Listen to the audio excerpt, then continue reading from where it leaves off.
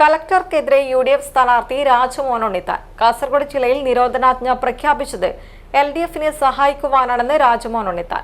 Collector ആരുടെയോ ചട്ടുകമായി പ്രവർത്തിക്കുന്നുവെന്ന് പറഞ്ഞ ഉണ്ണിത്താൻ ജില്ലാ ഭരണകൂടം UDFനോട് പ്രതികാര നടപടി കാണിക്കുകയാണെന്നും ആരോപിച്ചു. Totomal, biggest showroom for kitchen, home appliances and toys. Totomal, Nayamarmula, Kasaragod.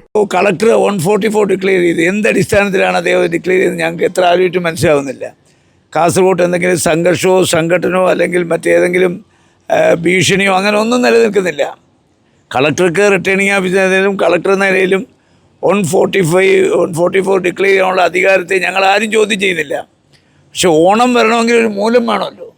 അപ്പോൾ 144 ഡിക്ലെയർ ചെയ്യണമെങ്കിൽ ഭരണഘടനാപരമായി എനിക്കുള്ള അവകാശമെന്ന് പറയാതെ അവകാശം വിനിയോഗിച്ചത് ഏത് പശ്ചാത്തലത്തിലാണ്, എന്ത് സാഹചര്യത്തിലാണെന്ന് വിശദീകരിക്കാനുള്ള ബാധ്യത കളക്ടർക്കുണ്ട്. അപ്പോൾ ഇത് കൂട്ടമായി ആളുകൾ വന്ന് വോട്ട് ചെയ്യുന്നതിനെ തടയാനും വോട്ടർമാരുടെ കൂട്ടായുള്ള വരവിനെ ഇല്ലാതാക്കാനുമാണ് ഈ 144 ഡിക്ലെയർ ചെയ്ത് നോമിനേഷൻ കൊടുത്ത നിമിഷം മുതൽ ഒരു പ്രതികാര നടപടിയിലേക്കാണ് UDFനോട് ജില്ലാ ഭരണകൂടം കാണിക്കുന്നത്. കാരണം എന്നോട് കളക്ടർ രേഖാമൂലം തന്ന മെസ്സേജ് എൻ്റെ മൊബൈലിൽ കിടപ്പുണ്ട്.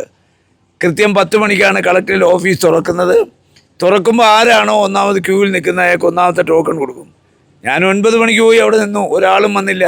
10 മണിയായപ്പോൾ പറയാണ് 8 മണിക്ക് ടോക്കൺ കൊടുത്തു. അപ്പം കളക്ടർ ആരുടെയൊക്കെ ഉത്തരവ് പാലിക്കുന്ന അല്ലെങ്കിൽ ആരുടെയൊക്കെ ആജ്ഞ സ്വീകരിക്കുന്ന ഒരാളായി മാറിയിരിക്കുന്നു എന്ന് അന്ന് എനിക്ക് ബോധ്യപ്പെട്ട നടപടി ഏകപക്ഷീയമാണ്.